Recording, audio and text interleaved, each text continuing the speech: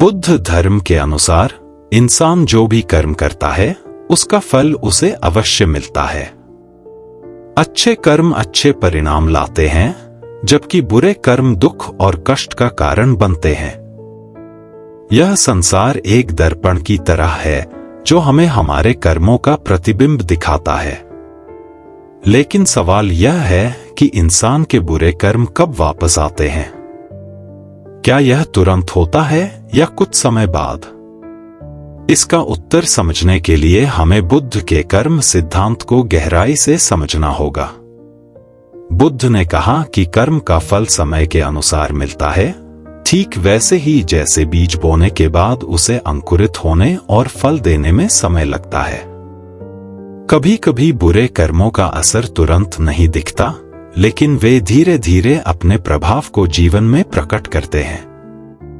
कोई व्यक्ति यदि किसी का बुरा करता है, धोखा देता है या किसी को नुकसान पहुंचाता है, तो वह कर्म कभी न कभी लौटकर अवश्य आता है। यह एक नियम है जो हर व्यक्ति पर लागू होता है। जीवन के किसी भी मोड़ पर हमें अपने किए गए कर्मों का परिणाम भुगतना ही पड़ता है। बुद्ध ने अपने उपदेशों में बताया कि बुरे कर्म 3 प्रकार से वापस आते हैं। पहला, कुछ बुरे कर्मों का फल इसी जन्म में मिलता है। जैसे किसी ने किसी के साथ बुरा किया तो उसे जीवन में वैसे ही कष्ट का सामना करना पड़ता है। यदि कोई व्यक्ति दूसरों के प्रति घृणा और ईर्ष्या रखता है तो वह खुद भी अशांत रहता है।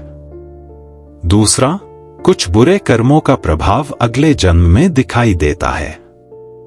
अगर किसी व्यक्ति ने अपने जीवन में कई गलत कार्य किए हैं तो उसका परिणाम अगले जन्म में भुगतना पड़ता है।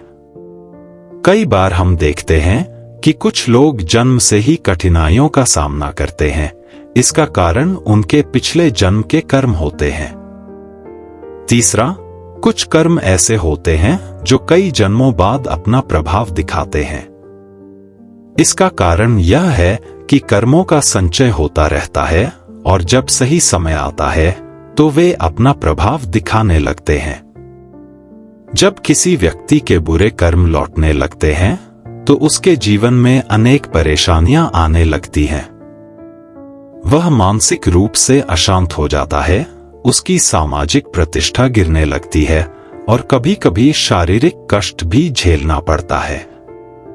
इसलिए बुद्ध कहते हैं कि हमें हमेशा अपने कर्मों के प्रति सचेत रहना चाहिए ताकि हमें भविष्य में किसी प्रकार की परेशानी का सामना न करना पड़े।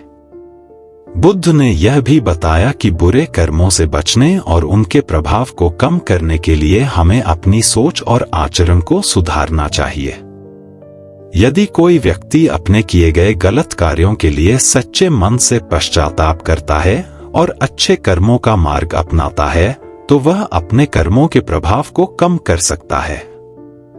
ध्यान, प्रायश्चित, सेवा और दान जैसे उपायों से हम अपने जीवन को सुधार सकते हैं। यदि हम सच्चे हृदय से अपने कर्मों को सुधारने का प्रयास करते हैं तो धीरे धीरे हमारे जीवन में सकारात्मक परिवर्तन आने लगते हैं। जब हम अच्छे कर्मों का मार्ग अपनाते हैं तो हमारे आसपास की ऊर्जा भी सकारात्मक हो जाती है और हमारा मन शांत रहता है। बुद्ध की शिक्षाएं हमें यह बताती हैं कि हमें अपने हर कार्य को सोच समझकर करना चाहिए ताकि हमें भविष्य में किसी प्रकार के कष्ट का सामना न करना पड़े। अगर हमने गलतियां की हैं तो उन्हें सुधारने का प्रयास करना चाहिए।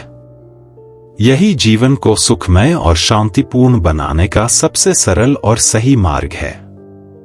अगर हम सही मार्ग पर चलते हैं तो न केवल हमारा जीवन बेहतर होता है, बल्कि हम अपने आसपास के लोगों को भी सुख और शांति प्रदान कर सकते हैं।